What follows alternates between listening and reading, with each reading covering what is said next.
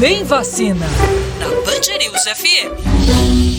Doutor Álvaro Furtado, nosso colunista, já está na ponta da linha para conversar com a gente. Mais uma vez, doutor Álvaro, seja bem-vindo à nossa programação. Portas sempre abertas do nosso estúdio para você.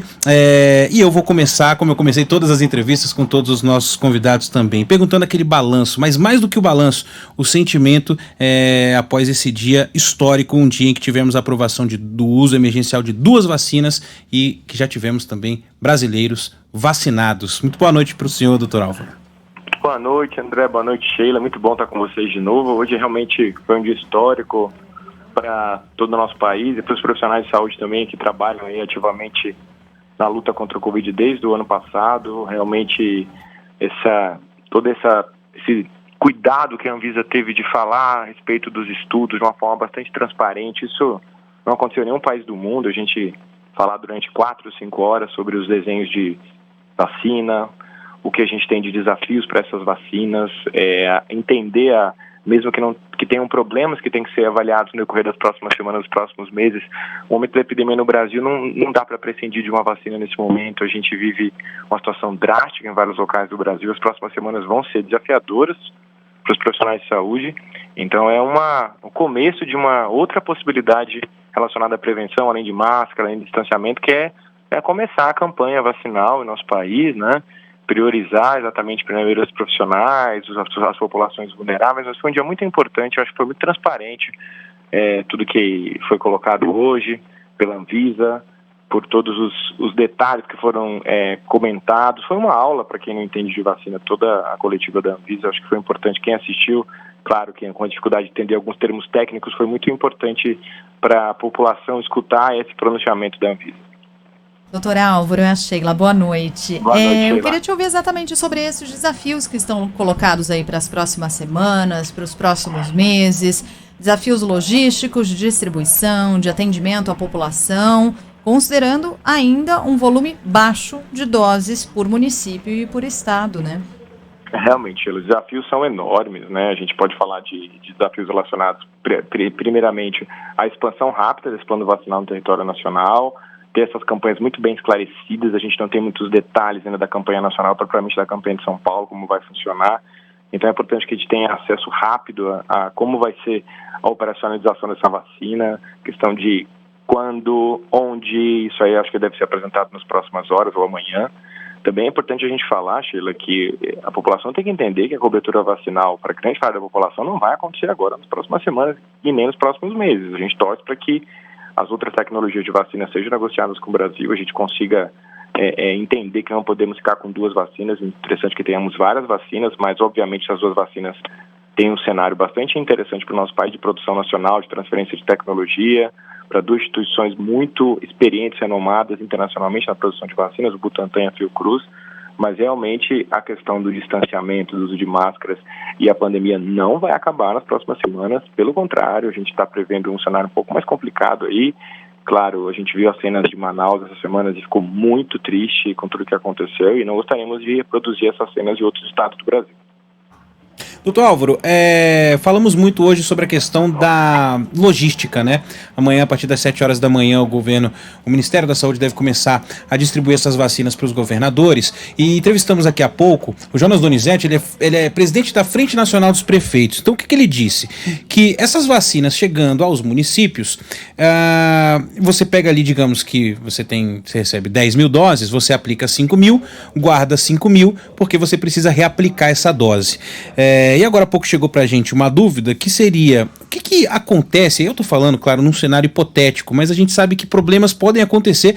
A gente viu os Estados Unidos, por exemplo, deixando vacinas vencerem, estragarem, por causa do não armazenamento correto, enfim. Eu não estou dando uma de pessimista aqui não, mas existe algum tipo de complicação ou de não efetividade da vacina no caso de apenas uma dose ser aplicada, que eu estou falando especificamente da Coronavac, né? Porque, e se o senhor quiser complementar, no caso da vacina de Oxford ainda há uma dúvida, né? Isso também foi dito na reunião hoje da Anvisa em relação à aplicação de uma dose menor, uma primeira maior, um intervalo maior para a segunda dose, mas queria saber especificamente sobre a Coronavac, se isso pode acontecer enfim, a pessoa tomar uma dose e não ficar 100% protegida, ou se isso já basta também, ou se isso já ajuda, enfim. A sua pergunta é muito boa, André. Primeiro, a questão da logística da vacina, a gente tem que tomar todo o cuidado com relação a várias etapas, desde a saída das vacinas do Ministério da Saúde até a chegada nos locais onde vão ministrar essas vacinas, com relação a fatores que podem ser críticos. A gente pode realmente perder vacina, condições de temperatura, armazenamento, tudo isso tem que ser avaliado. A grande questão é que nosso país tem uma grande experiência em campanha de imunização em massa, isso não deve ser um fator difícil de a gente controlar. Mas, obviamente, dentro desse contexto da pandemia, a gente vai ter que olhar com muito cuidado até a segurança de armazenamento dessas vacinas, no sentido das pessoas acharem que querem tomar vacina, irem nos locais, forçarem alguma coisa. Então, a gente vai ter que ter segurança também, até na questão logística de transporte dessas vacinas. Com relação à única dose da Coronavac, o desenho do estudo, do fase 3, que foi desenhado para avaliar a eficácia e segurança dessa vacina em profissional de saúde da Coronavac, ele foi desenhado com 2 doses. Então, a gente não pode concluir absolutamente nada de uma dose única.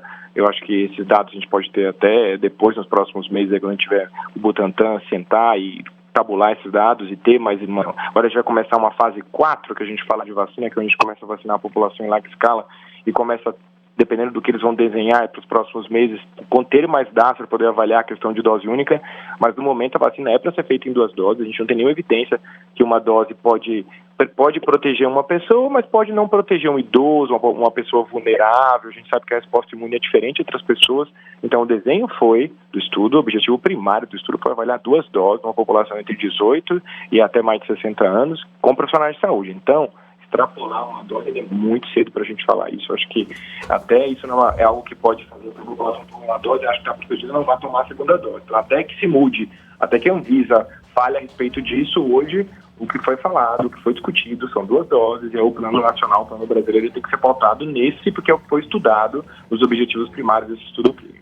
Bom, pelo menos temos um ministro especialista em logística, né? Porque essa vai ser a questão mais importante a partir de agora, né? Distribuir essas doses, assim como está na nota, de forma proporcional, simultânea, para que todo mundo tenha a quantidade suficiente para vacinar, pelo menos esse grupo prioritário. A gente sabe que ainda é pouco, 4% perto de toda a população brasileira, né, Sheila? Mas é um começo e é uma centelha de esperança nesse domingo. Melhor meia dose que nenhuma, rapaz, né? A gente tem tratado mais ou menos assim, que a gente tenha pelo menos algumas doses para começar esse plano. Sheila, é melhor a gente ter dose e ter também uma coisa que é muito crucial. Vou aproveitar toda a audiência que vocês têm, que é continuar se prevenindo. A gente não pode achar que chegou vacina, é um passaporte que todo mundo vai carimbar em menos de 2, 3 meses. Não vai ser assim.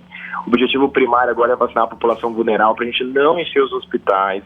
A população tem que entender o seguinte: se a gente consegue vacinar a população idosa vulnerável, eles evoluem para forma grave, eles lotam os hospitais, eles vão ter essa grande proporcionalidade de desfechos de maior gravidade. Então, se a gente consegue evitar que essa população vá para o hospital, que ela não fique grave, eu não encho o hospital, eu não tenho taxa máxima de ocupação, eu não tenho lockdown, eu não tenho aquela situação que todo mundo teme de piorar a questão da flexibilização. Então, nosso papel individual é muito importante nesse momento.